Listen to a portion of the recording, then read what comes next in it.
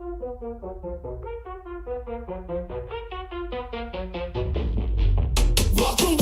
the city's heartbeat. Hustleman 3.0, always bringing that heat. Real keys to the city, unlocking the street. Get your mind right, the knowledge can't be beat. Hustleman 3.0, show you the ropes. From dawn to dusk, where the city never dozes. From uptown to downtown, stay on your toes. The keys to the city, everybody knows. Diving deep where the secrets lie. From crime to glory, see the truth in the eye. Elevate your hustle, reach for the sky. This is for the real ones, never pass you by. Hustleman 3.0, keeping it raw. No fluff, no filler, just the uncut law. Real keys to the city, breaking each door. Stay tuned, stay locked, we got much more. Stories untold, legends foretold. Every episode a gem worth its weight in gold. Tune in, log on, let your journey unfold. Real keys to the city, the wisdom we uphold.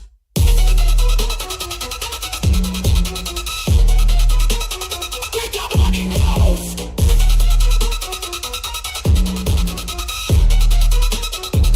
Hustleman 3.0, show you the ropes. From dawn to dusk, where the city never dozes. From uptown to downtown, stay on your toes. The keys to the city, everybody knows.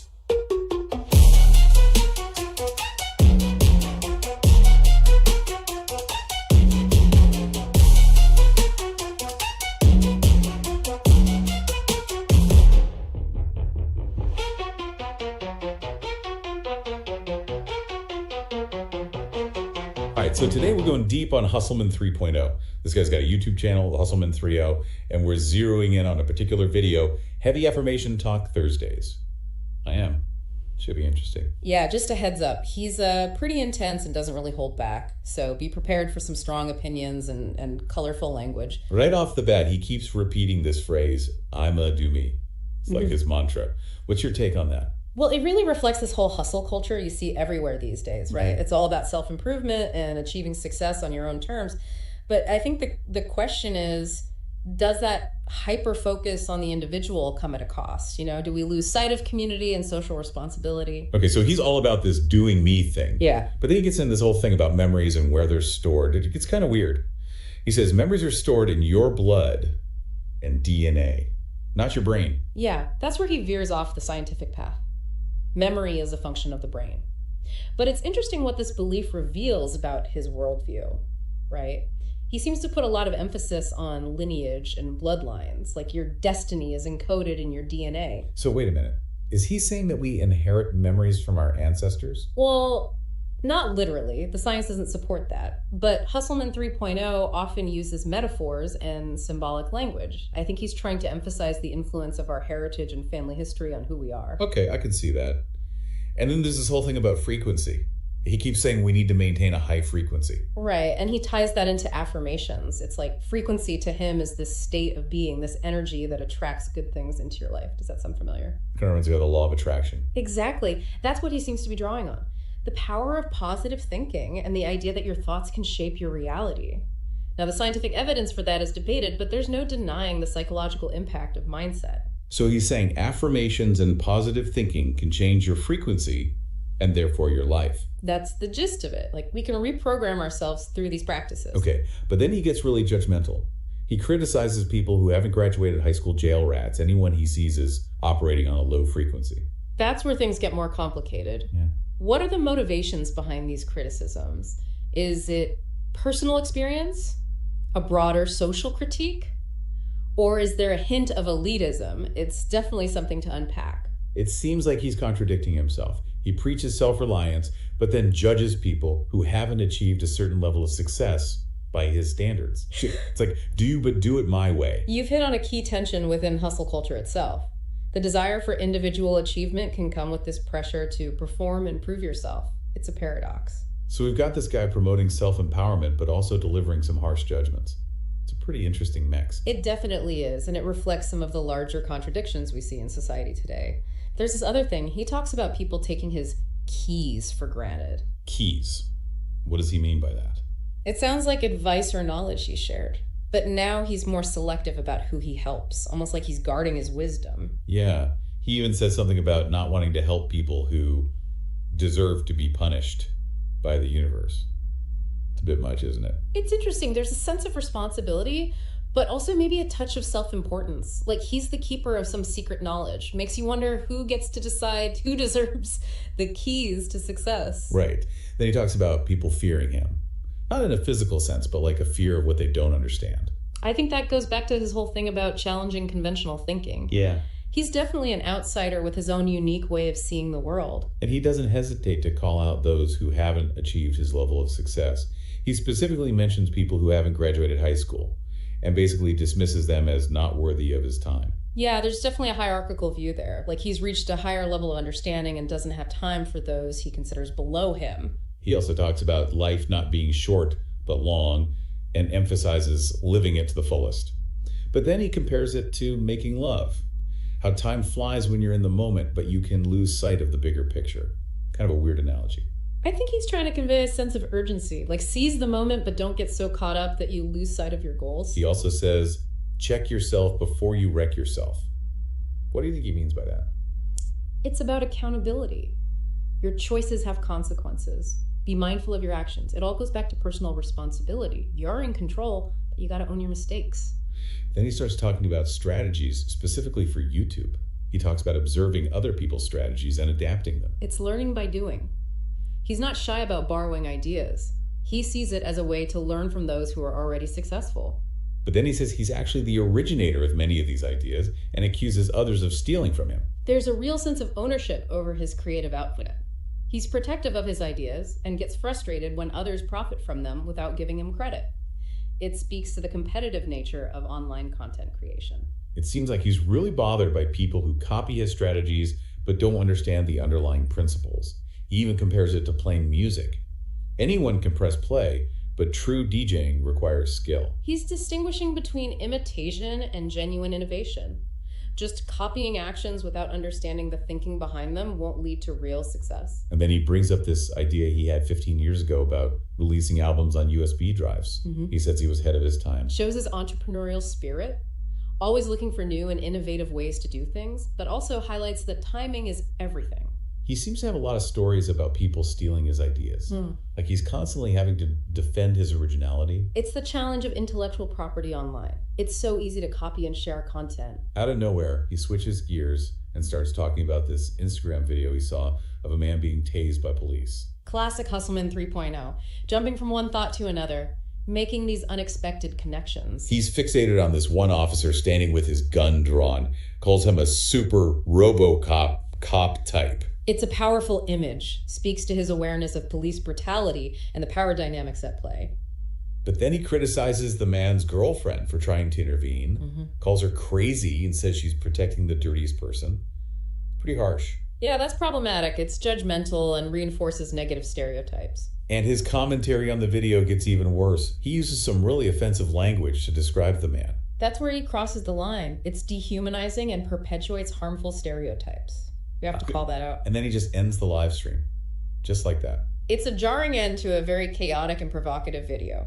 A lot to think about for sure. Well, that was intense. Hustleman 3.0 really kind of goes there, doesn't he? Oh yeah, he keeps you on your toes, that's for sure. There's so much energy there. And you gotta give him credit. He's not afraid to say what he thinks, even if it ruffles some feathers. But yeah, it's a mixed bag, for sure. I think it really reflects some of the bigger struggles we're seeing today, right? Like this pull between individual success and social responsibility, wanting to be authentic, but also facing pressure to fit in. Absolutely. And that's what I think makes him so fascinating. Whether you agree with him or not, he gets you thinking. He makes you confront these complex issues. And he's not afraid to call out the hypocrisy he sees. So what's the takeaway here? What are we supposed to make of all this? That's the big question, isn't it? I mean, clearly his message resonates with people, but I think the key is to engage with his content critically. Don't just take everything he says at face value, separate the wheat from the chaff, so to speak. It's interesting though.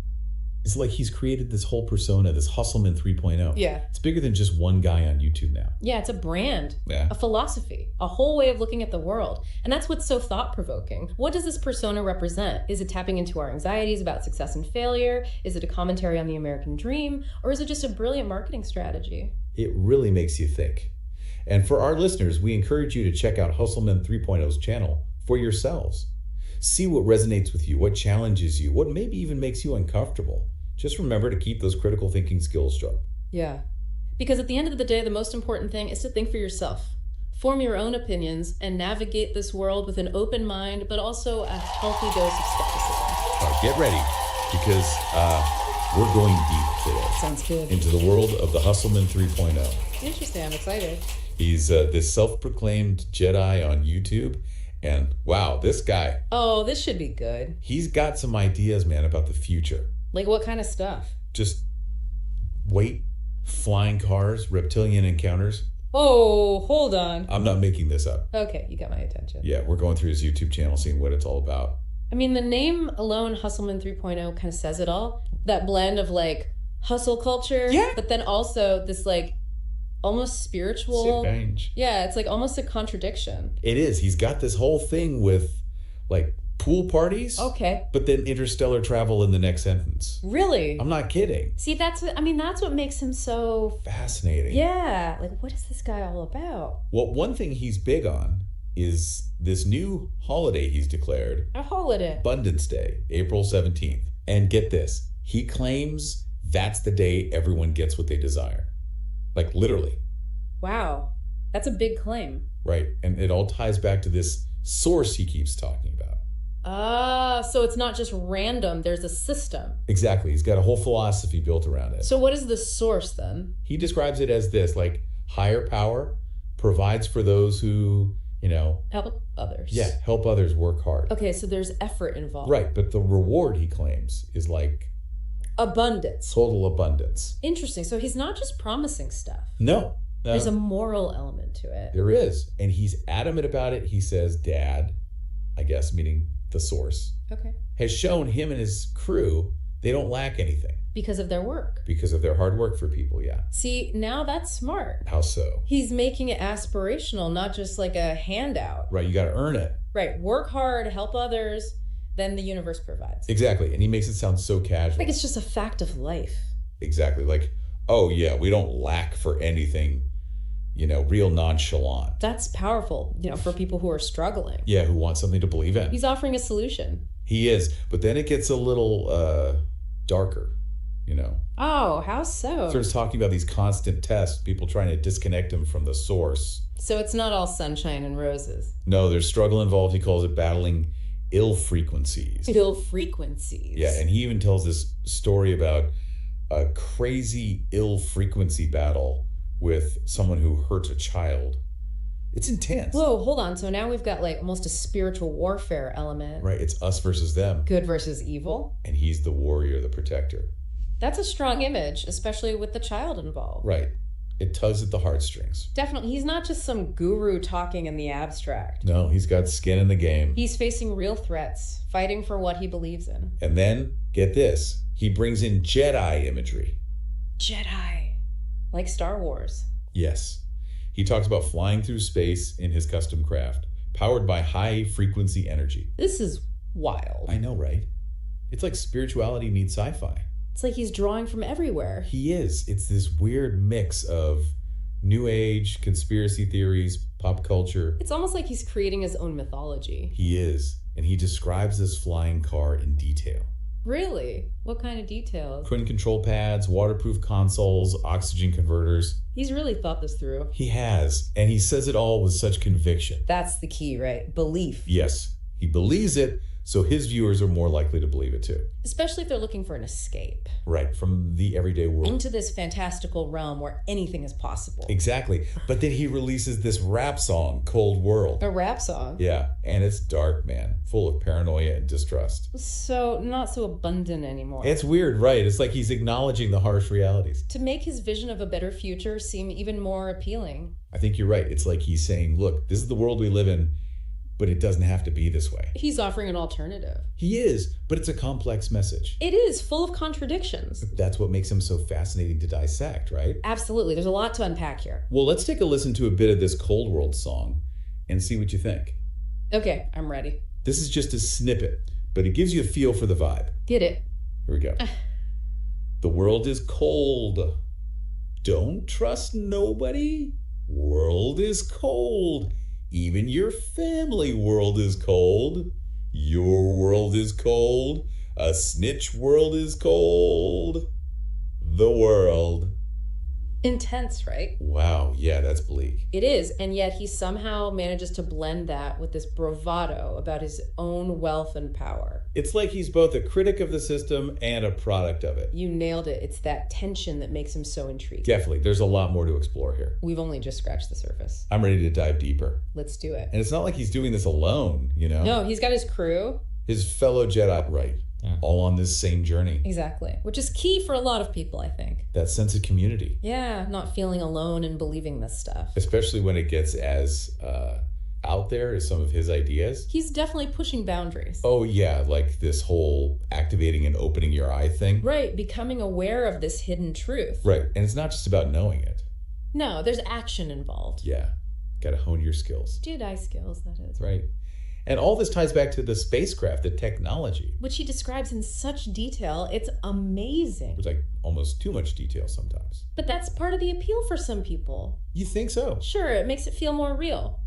Tangible. Exactly, like he's actually been there. And the technology's linked to the spiritual, you know. Enlightenment leads to advancement. Exactly, but then he throws in these warnings. About People with good vibes, but bad intentions. Whoa, that's a head scratcher. Right. Seems kind of contradictory. It does, but maybe it's about, like, hidden motive. Deception. Yeah, not everyone's who they seem. And he even tells a personal story, you know? To illustrate this point. Exactly. About a sister-in-law.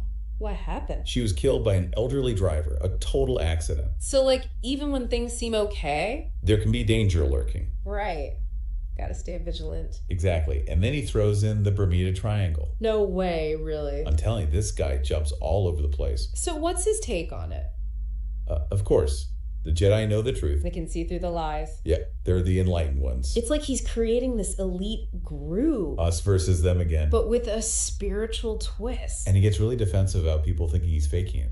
Oh, yeah, I saw that rant. He's like, this ain't no video game, baby. Asserting his authenticity. Right, and he's really proud of his music. Made by fellow Jedi composers. Yep, they're self-sufficient. Creating their own world. And he casually mentions his subscriber count, aiming for 100,000. Still got that entrepreneurial drive. Oh, yeah. He even talks about taking viewers to the Orion Nebula. Space tourism for the spiritually inclined. Exactly, and he throws in these details like, you gotta train. Adjust to the altitude. People might get sick. He even says they might throw up all over the console. But don't worry, it's waterproof. Always thinking ahead. He's got it all figured out. And then he switches gears again. To what? Focusing on what people don't say. Reading between the lines. Exactly. That's the key to opening your eye. It's like a secret code. And then, boom, the source has directives. One of them being wealth transfer today for all Jedi. Linking spirituality to finances. A potent combo. Appeals to a lot of people. And then he drops in some pop culture. Like, set your phasers to stun. Always got to keep it interesting. Right, and he mentions stun gun practice in a future video. Teasing the audience. He did them hooked. He's a master of engagement. And he's always reminding viewers to like, subscribe, share. Spread the message. Help more people find the real. Building his community. When asked about his subscriber count, he attributes it to his spiritual alignment. Like it's a reward from the source. Exactly. Jedi see when you bringing balance to the Force, he says. So subscribing helps bring balance. It's all connected. And then he goes into his Jedi practice. Flying around, avoiding reptilians. With retractor beams. The whole 9 yards. It's a wild ride. And then he points out these twinkling lights in the sky. Commander ships. Yep. He sees them. His viewers see them. Shared experience. Even though they're probably just stars. But he makes it feel special. And he had to abort his mission to the Orion Nebula. Why? Scanners weren't working. He didn't want to give viewers no half-ass. They gotta maintain quality. Committed to his audience. And a quick detour over Mexico. Just for fun. Why not? Then back to the hangar. To show off the crafts. His and his partners, the SS Susie. He even asks for color suggestions for his next paint job. Audience participation. Smart move. And he's always going back to the oxygen converters, the waterproof consoles.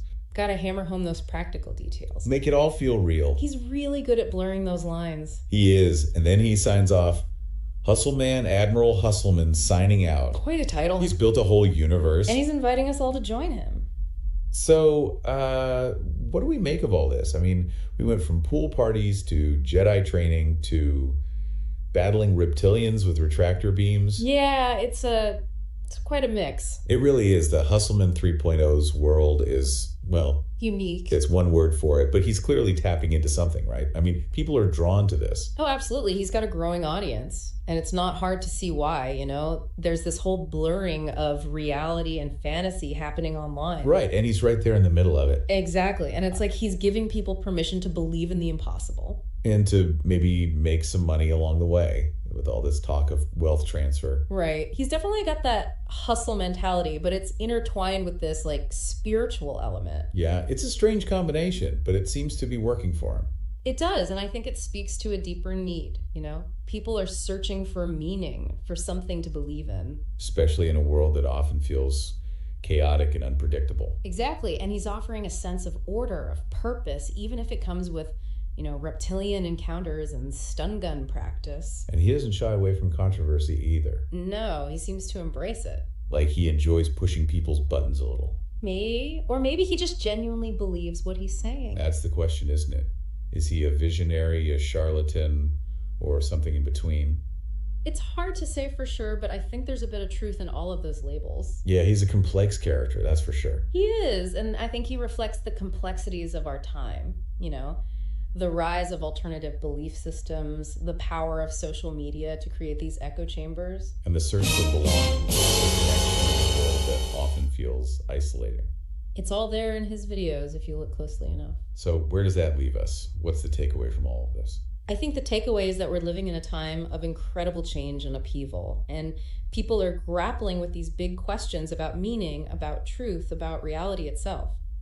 And the Hustleman 3.0 is just one example of how those questions are playing out in the digital age. He's a product of his time, but he's also shaping the future in his own way. And whether you agree with him or not, he's definitely someone worth paying attention to. Absolutely, because he's a reflection of us, of our hopes, our fears, our desires. And that's what makes this whole deep dive so fascinating, right? Yeah. It's not just about one guy on YouTube. It's about what he represents, about the bigger picture. Exactly, and it's a picture that's still being painted. So as always, we leave you with more questions than answers. But hopefully we've given you some food for thought. Something to ponder as you navigate your own digital journey. And as you encounter the many hustlers, the visionaries, the charlatans, and everyone in between. Keep an open mind. Stay curious. What do you think, listeners? Ever thought about that? The business side of selling drugs? Well, buckle up. We're going there. What struck me right away was how he's trying to make it sound legit, using business terms and stuff, market demand, supply chains, even financial literacy. Yeah, he's big on having a cover-up job. Mm-hmm. Says it's about diversifying income and all that. Makes sense, in a twisted way, I guess. Mm-hmm. Right. It's good advice, but for something totally illegal. It's fascinating how he uses that language, he's an entrepreneur, but applied to something so harmful. He even breaks down the difference between selling crack versus cocaine. Says you got to know your market. That's actually a basic economic principle, market segmentation. Right, tailoring your product to the customer. Except in this case, the product is. Yeah, not exactly legal. Then he rants about controlling your own supply. No middlemen, just you, top to bottom. Vertical integration, that's straight out of a business textbook. Except it's about maximizing profits from, Right, a very different kind of business. Oh, and he warns about getting high on your own supply. Classic mistake. But he frames it as risk management, which technically it is. Self-discipline, right? Emotions are bad for business, even a shady business. He even talks about building a non-violent operation, planning ahead, avoiding risks, knowing when to walk away. Non-violent drug dealing. That's debatable. For sure. But risk assessment is important in any business, legal or not. Oh, and having a lawyer on retainer. Good advice, unless your business is, Speaks to the need for legal protection, even in that world. He's admitting that even criminals need lawyers. And get this, he talks about fake drugs, people selling counterfeit stuff. Consumer deception. It's a problem everywhere, not just with drugs. He's actually annoyed by it. Says it messes up the science of drug dealing. Interesting. Like, there's some code of ethics even among criminals. And the bombshell. He says financial literacy is key. Knowing how to manage money, reinvest, hide cash. Again, skills any entrepreneur needs, just applied to a very different context. He goes on about scaling up reinvesting profits, like he's giving a seminar or something. Same principle. Growth through reinvestment, just, not legal. But he points out that many dealers don't have those skills. And that's why they fail. It challenges the image of the successful drug lord, right? Many end up broke or in jail. He even compares himself to characters from shows like BMF and Power, like he's inspired by them. That's a huge point. How much does pop culture shape real world choices?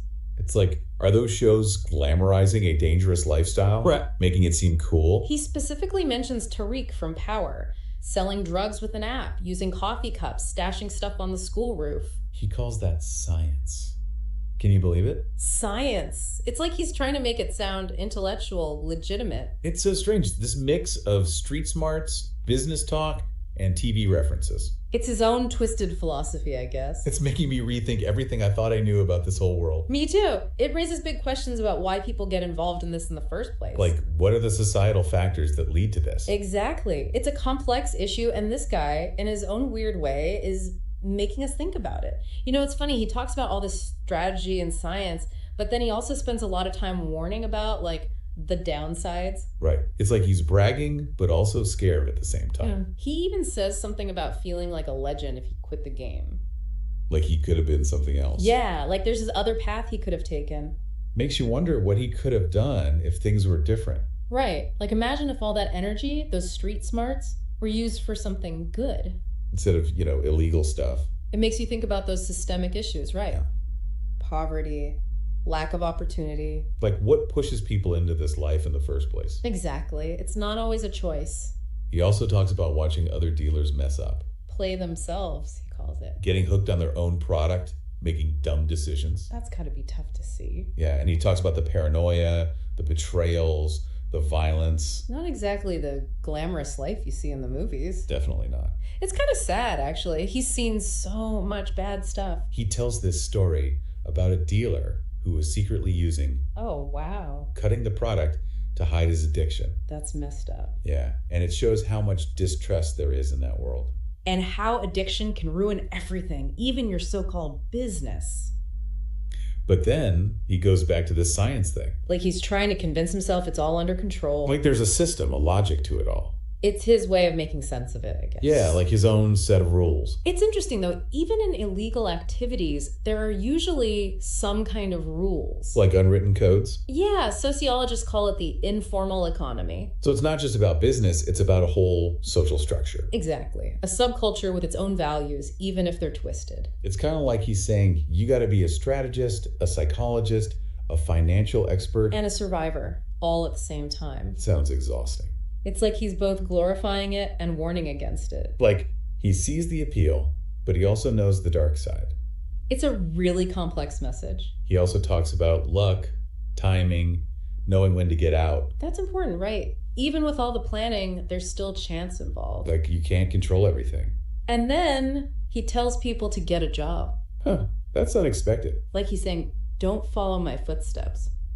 It's like a moment of regret, almost. Yeah, like he wants better for others. It's a lot to take in, for sure. It makes you think about all the factors that lead people down this path. And how we can create better opportunities so they don't have to resort to this. Absolutely. It's about addressing those root causes. So yeah, the Hustleman science is probably more like a survival guide.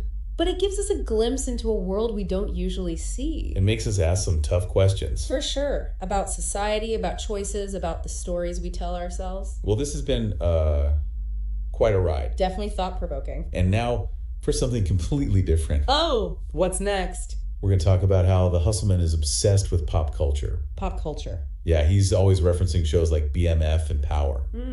How does that fit in? Well, we're going to see how those shows maybe influence real life choices. Like, are they glamorizing drug dealing? Making it seem cool? That's what we're going to find out.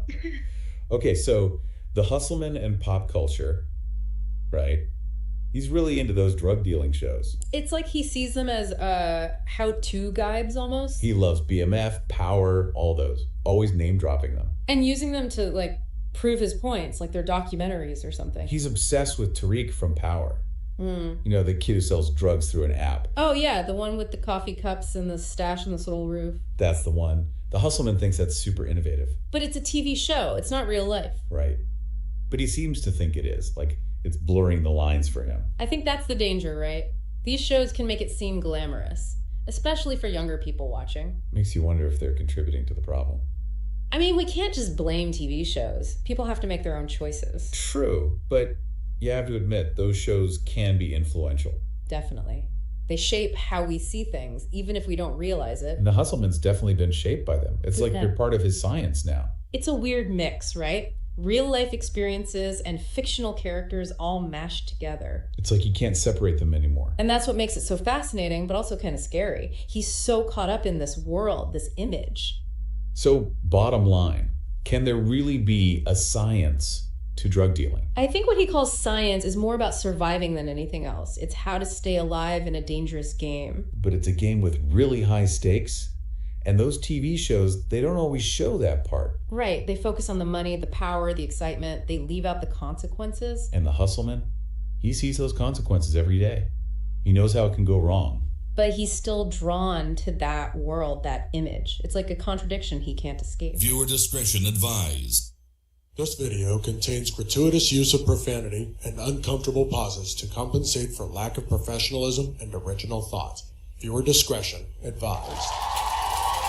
All right, let's dive in.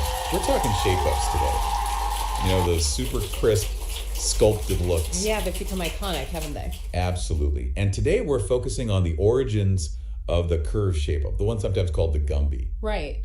And our jumping off point is this YouTube video, you know, the one you shared, from a barber called the Hustleman 3.0. Oh, yeah. The Hustleman. He claims to be a pioneer of the style back in the 80s and 90s in the South Bronx, no less. So we're going to take a trip back in time with the Hustleman, see if his story lines up with the actual history of the style. It should be fascinating to try to untangle the swagger from the facts. Exactly. And that's where you come in to help us sort through it all. Happy to lend my expertise. You know, that video, it's really something. You can't deny the Hustleman's passion. Oh, yeah, he loves what he does. He really does. And he paints such a vivid picture of those early days. You know, shaping and sculpting hair. It really pulls you in. So where do we even start with the Hustleman story? Well, he starts by talking about this barber, Rex. Rex, okay. Apparently ruled the South Bronx barbershop scene back in the late 80s. Interesting. Didn't know there was a king in the barbershops. Rex had this signature style, he says. Shape-ups, but like no hard edges.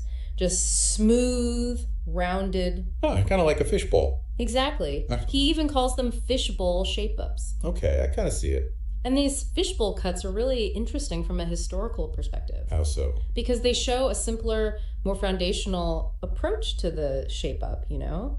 Before all the intricate details and the sharp angles we see so much of now. Like the building blocks of the style. Yeah, exactly. Cool. So then the Hustleman brings up this guy, Porky, his friend, Right. Porky. who, get this, ran a barbershop out of his house. Ah, yeah, the home barbershop. Seems like the place was packed. People Yeah. lined up outside. Yeah. The Hustleman calls it the cheese line, like it's some exclusive club. It really shows how important barbershops were and still are. I mean, it's not just about haircuts, right? It's a social hub. Totally. A place to connect, swap stories, see what's new. Exactly. And it's fascinating that he credits Porky with teaching him so much.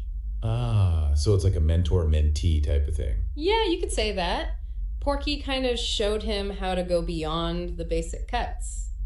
You know, taught him about shaping and sculpting. Getting to those details. Exactly. Which I'm guessing eventually leads to the Hustleman developing his own signature style. Right. So we have Rex and the fishbowl cuts, then Porky's mentorship, and then the Hustleman honing his own skills, his own curves. It's a whole evolution happening right there in the South Bronx. So it is. It's like a barbering boot camp almost. Yeah. Because the Hustleman says he was doing like 30, 40, even 60 heads a day at Porky's place. Wow, that's a lot of heads. And then later, even more, when he started working out of his own house, he even says he had to move out because his mom couldn't handle all the clients coming and going. That's dedication. I mean, it really shows there was a huge demand for fresh styles back then. Clearly.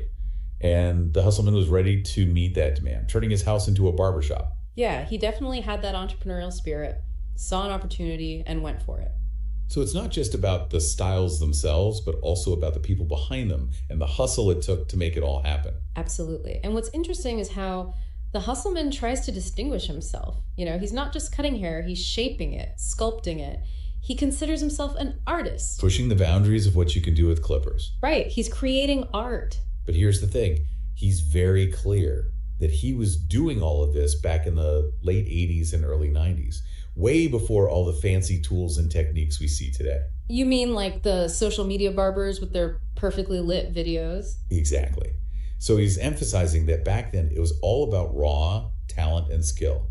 His eye, his steady hand. That's how he developed this style. It wasn't about the tools, it was about the artistry. Makes you wonder what was happening back then, culturally and socially. That might have influenced the shape up. Why did this particular style take off? Well, the late 80s and early 90s were a time of big changes, especially in Black communities. Like what? Well, think about hip hop culture. It was really exploding then, becoming this global phenomenon. Ah, so you're saying maybe there's a connection there between the rise of the shape up and hip hop.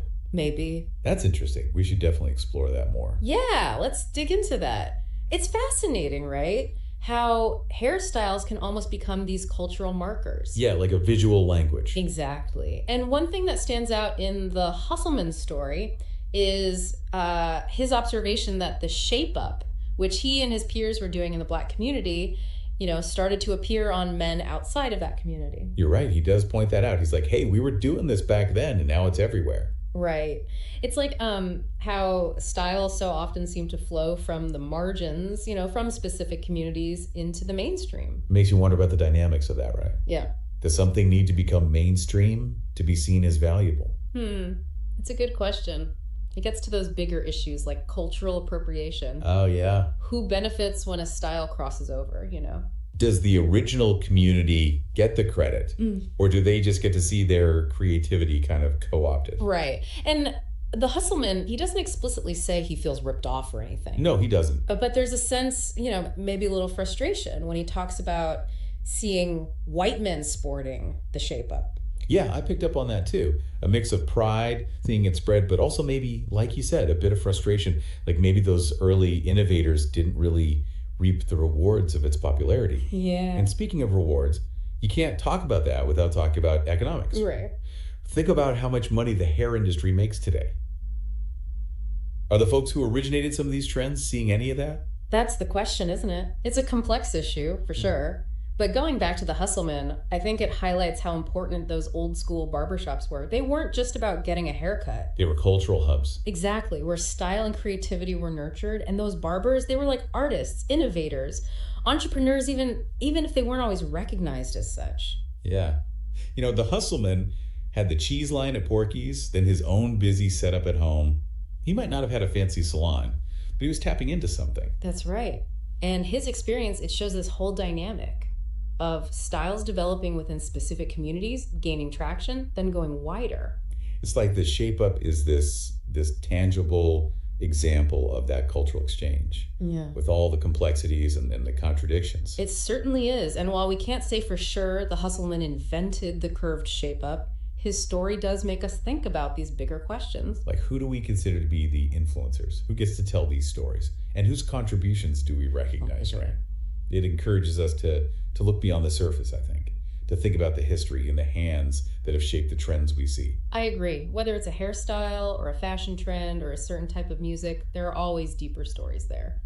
Okay, so we've been digging into the shape up, how it goes from the margins to the mainstream, but you mentioned earlier this connection to hip hop. I'd love to hear more about that. Oh yeah, it's a fascinating connection. It's all happening in the late 80s, early 90s, right? When hip hop is really blowing up, evolving from those New York streets to this global thing. So you're saying there was a synergy there between the shape up and this rise of hip hop culture? Absolutely. I mean, think about it. Hip hop is all about expression, creativity, pushing boundaries.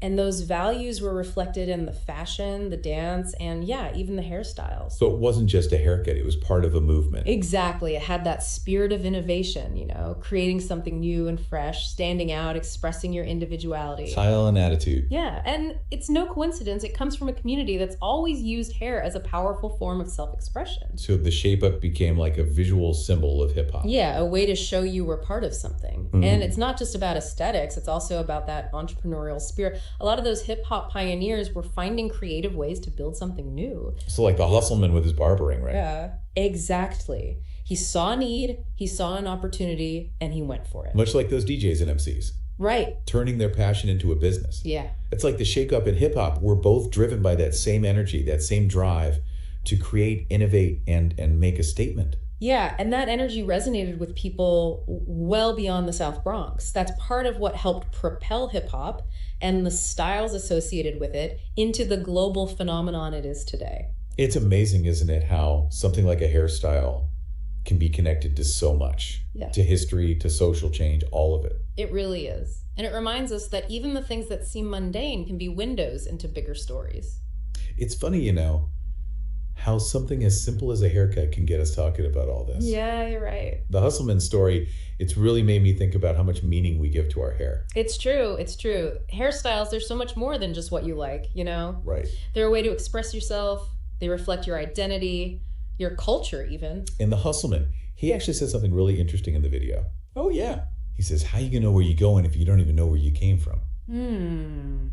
Powerful, right? That is powerful. And it applies to way more than just hairstyles. Absolutely. It's about our history, our influences, recognizing the people who came before us. Yeah, like he's saying, look deeper. Don't just take trends at face value. Think about all the influences, all that history woven into the styles we see today. Exactly. And those styles, they often carry a legacy. Creativity, resilience, community. So think about all the trends you've seen in your lifetime. Yeah. Have you ever thought about where they came from? Look, they originated. Yeah. Who are the unsung heroes behind them? Right. That's a good question to ask, isn't it? Yeah. It makes us think about how we consume culture, acknowledge the sources of inspiration and celebrate all that diversity, all that richness of human expression.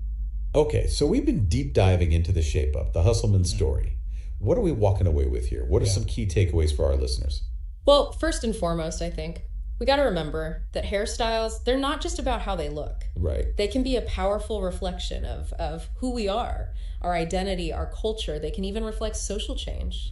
And the evolution of styles, it's rarely about one single person or one specific moment, right? Yeah. It's a collaborative thing, often with contributions from a lot of different people. Definitely.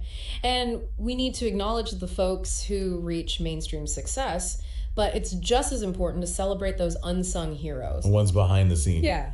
They might not get the same spotlight, but their contributions are just as important. It's about recognizing all the different cultural influences, appreciating the unique perspectives, the experiences that shape those influences, and just being curious, right? Asking questions, challenging ourselves to really understand the deeper meaning behind the trends that we see every day. Yeah. This has been fantastic. Thank you so much for walking us through all this. Yeah. You've been such a great guide. It's been my pleasure, really. The Hustleman story, it's given us a lot to think about. It has. I hope it encourages everyone listening to explore the stories behind the styles they see in their own lives. And to remember that history is always happening. All right, let's dive deep into the world of Hustleman 3.0. Yeah. We've got his YouTube video. It's called Does It Make Sense to Submit to Something You Can't See, Touch, or Ever Meet? Ooh. Ready to unpack. And this one is a wild ride. Hustleman's on fire here, questioning everything he thought he knew about religion and spirituality. What I find so fascinating about this video is that Hustleman's not just ranting. He's really grappling with some profound questions that a lot of people, regardless of their background, actually wrestle with at some point in their lives. Yeah, and he comes right out of the gate with this truth bomb. He says he feels like a fool for blindly following religious dogma.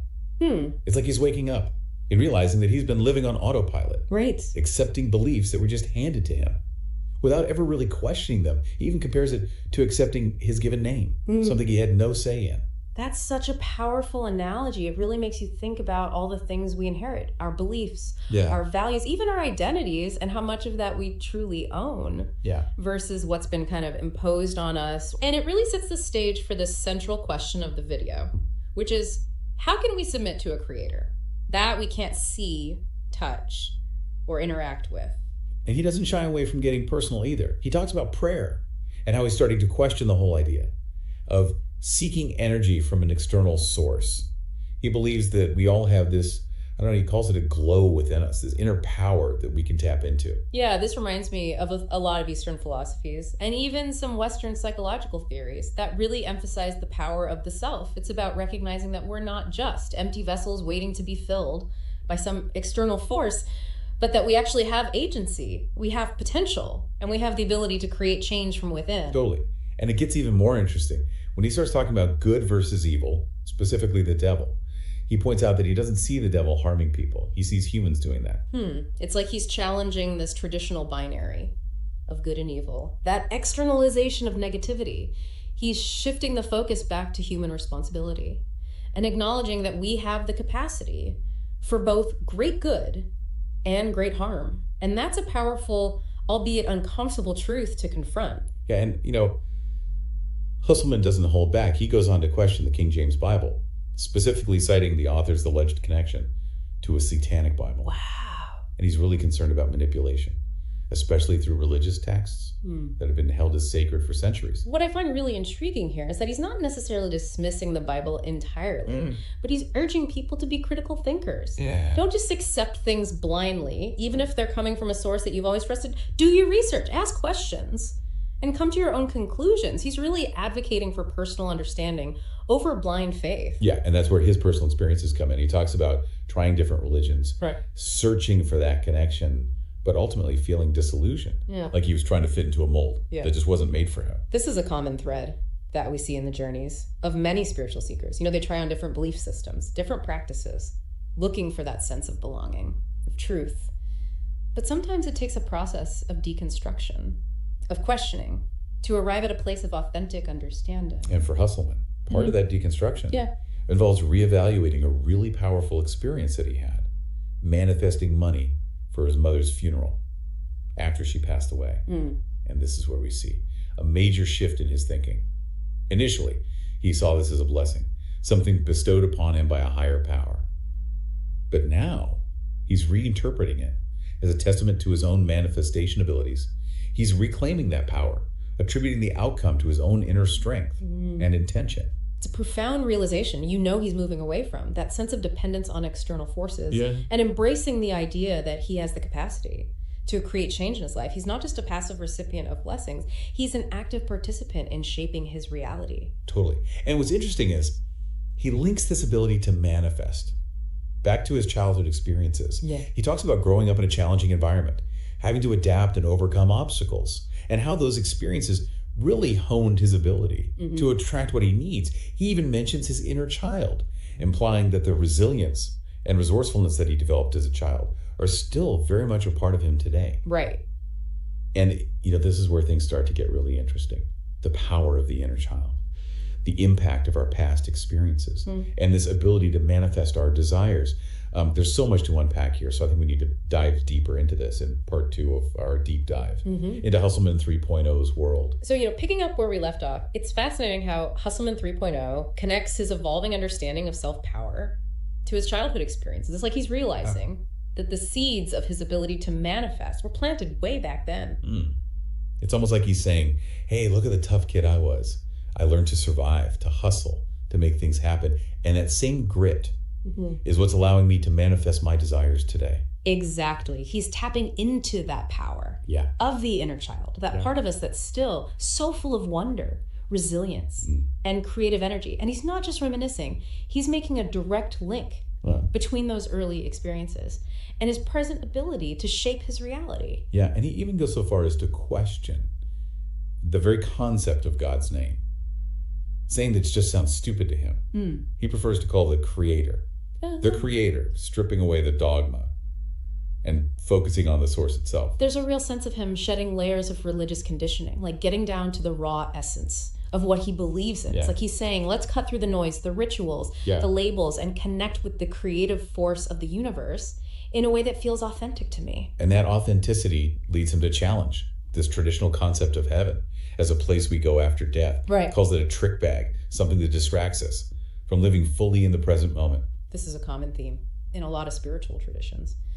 That emphasis on the here and now, he's essentially saying, why wait for some future reward or punishment when we have the power to create heaven on earth, to experience joy and fulfillment in this very moment? It's a powerful reminder to take ownership of our lives, not to get so caught up in the what ifs or the maybes of the afterlife, but to really focus on making the most of the time that we have right now. Absolutely. And speaking of the present moment, Hustleman shares a pretty disturbing story about a shooting that happened during Eid prayer in Philadelphia. And this event seems to be a real turning point for him. It forces him to confront some really difficult questions Yeah. about faith and suffering. Yeah, you can really hear the pain and confusion in his voice as he's grappling with this idea of a good God allowing such violence to happen to people who are literally gathered in prayer. It shakes him to his core, and it makes him question that whole narrative of a benevolent God who protects his followers. And it leads him to contrast this event with his own experiences of manifesting things in his life, from material possessions to overcoming challenges. And he realizes that it wasn't God doing those things for him, but his own inner power at work. It's a raw human response to tragedy. He recounts this story about needing money for his mother's funeral again, emphasizing that he initially saw it as a blessing, but now recognizes it as his own manifestation abilities in action. He even mentions how he used to meticulously count his blessings, attributing them to God's favor. But now he sees those blessings as a result of his own efforts, his own ability to attract what he needs. It's a significant shift in perspective. It's about recognizing that we are not just passive recipients of fortune, but active creators of our own reality. Right. It really ties back to that sense of self-reliance that he's been cultivating, that understanding that the power to shape our lives lies within us. So it's not about denying the existence of a higher power, but rather about acknowledging our own agency, our ability to co-create with the universe. Precisely. He's not saying there's no God, but he is shifting the focus from external reliance to internal power. It's about recognizing that we have that capacity to manifest our desires, to overcome challenges, and to create a life that aligns with our deepest intentions. And he connects this ability to manifest back to his childhood, those early experiences that really shaped his resilience and resourcefulness. He talks about the importance of protecting our energy, seeking out high vibrational settings that support our growth and well-being. He uses this really cool analogy. He compares low vibrational settings to places with bad signal, where it's hard to receive or transmit positive energy. Oh, I like that. And he encourages people to be mindful of the environments they choose to spend their time in, both physically and mentally. It's like he's saying, hey, pay attention to the people, the places, the things that either drain your energy or uplift you. Choose wisely, because your environment has a direct impact on your ability to manifest your desires. Absolutely. He even cites a study about the effects of negative and positive words on water molecules, highlighting how our thoughts and words can literally shape our surroundings. Wow. It's a powerful reminder that we are all energetic beings, constantly emitting and receiving vibrations. So it's not just about what we do, but also what we think and say. Our energy, our intentions, our words, they all have an impact on the world around us. Exactly. And this awareness of energy is what leads Hustleman 3.0 to really emphasize the importance of what he calls shadow work, confronting those darker aspects of ourselves that we tend to hide or deny. Shadow work, that sounds intense. What exactly does he mean by that? Well, it's about acknowledging our flaws, our fears, our past traumas, and bringing them into the light of our awareness. It's not about wallowing in negativity, but about understanding and accepting all parts of ourselves, the light and the shadow, in order to heal and grow. But it's like he's saying, don't run from your shadows. Embrace them. They hold valuable lessons and untapped energy that can be reclaimed and integrated into your wholeness. You got it. He believes that by doing our shadow work, we can reclaim the energy that we've been giving away. To these negative aspects of ourselves, it's about becoming whole, integrating all parts of who we are, and accessing our full potential. This is pretty deep stuff, and he doesn't sugarcoat it. He acknowledges that shadow work is a journey, not a destination, he says. We have a lot of shadow work to do when traveling to the inner land, just like he's inviting us all to join him on this path of self-discovery and transformation. It's a powerful invitation, and it really speaks to the core of his message. We all have that capacity for greatness, for connection with the divine, for manifesting our desires, but we have to be willing to do the work, to confront our shadows, and to reclaim our power. This is a lot to take in, but Hustleman 3.0's journey is incredibly inspiring. He's not just talking about these abstract spiritual concepts. He's sharing his own personal struggles, triumphs, and his ever-evolving understanding of what it means to be human. And that's what makes his message so relatable. He's not preaching from a pedestal. He's right there alongside us, stumbling, questioning, and ultimately discovering his own truth. Right. And in doing so, he encourages us to do the same. Well, he's certainly given us a lot to think about. So let's wrap up our deep dive into Hustleman 3.0's world by reflecting on his message and what it all means for us. Man, we've covered some serious ground with Hustleman 3.0, from questioning religious dogma to the power of the inner child to diving deep into shadow work. What a ride. It's really something how he takes these big, complex ideas and makes them so relatable by sharing his own experiences. He's not afraid to be vulnerable, to talk about his struggles and even his past mistakes. Oh yeah, he even calls himself a fool for blindly following dogma. I mean, that takes guts. Yeah. And I think that's what makes him so compelling, you know. He's not like some guru up on a mountaintop preaching at us. Right, exactly. He's down in the trenches, figuring things out as he goes, just like the rest of us. And by doing that, he kind of gives us permission to do the same, you know, to question, to explore, to stumble, and ultimately find our own path. He's not saying, here's the answer, do this. It's more like he's offering a framework for self-discovery and empowerment. I really appreciate how he emphasizes that the power to create change, to manifest what we want, really lies within us. It's not about waiting for some outside force to rescue us or give us blessings. It's about recognizing our own agency. Yeah, and tapping into that incredible potential that we all have inside. Exactly. It's about becoming conscious creators, you know? Aligning our thoughts, beliefs, and actions with what we truly desire. And honestly, it's not always easy. It takes effort, dedication, and being willing to face those parts of ourselves that we'd rather keep hidden, those shadows. But as Hustleman reminds us, doing that shadow work is essential. That's where we reclaim our energy, embrace all parts of ourselves, and really step into our full power. Right. And it's a journey, not a destination. Yes. And the beautiful thing is, we don't have to do it alone. We can support each other, talk about our experiences, and learn from one another along the way. So as we wrap up this deep dive into Hustleman 3.0's world, let's take a moment to just reflect. What really resonated with you from his message? What hit home? Maybe you're feeling inspired to question some beliefs you've held for a long time, to explore your own spirituality in a way that feels more authentic. Or maybe you're ready to embrace that power of your inner child. Tap into that boundless potential that's in there. Yeah, it's all there waiting for you. Maybe you're even feeling called to do some shadow work, you know, face those darker aspects of yourself and reclaim that energy that you've been giving away. That's powerful stuff. Whatever it is, we encourage you to listen to that little voice inside, to follow your curiosity, and to embark on your own journey of self-discovery. Because, as Hustleman 3.0 shows us, we all have the capacity to create a life that's full of meaning, purpose, and joy. It all starts with taking that first step, recognizing the glow within. And daring to shine our light. Thanks for joining us on this deep dive. Until next time, keep exploring, keep questioning, and keep sharing.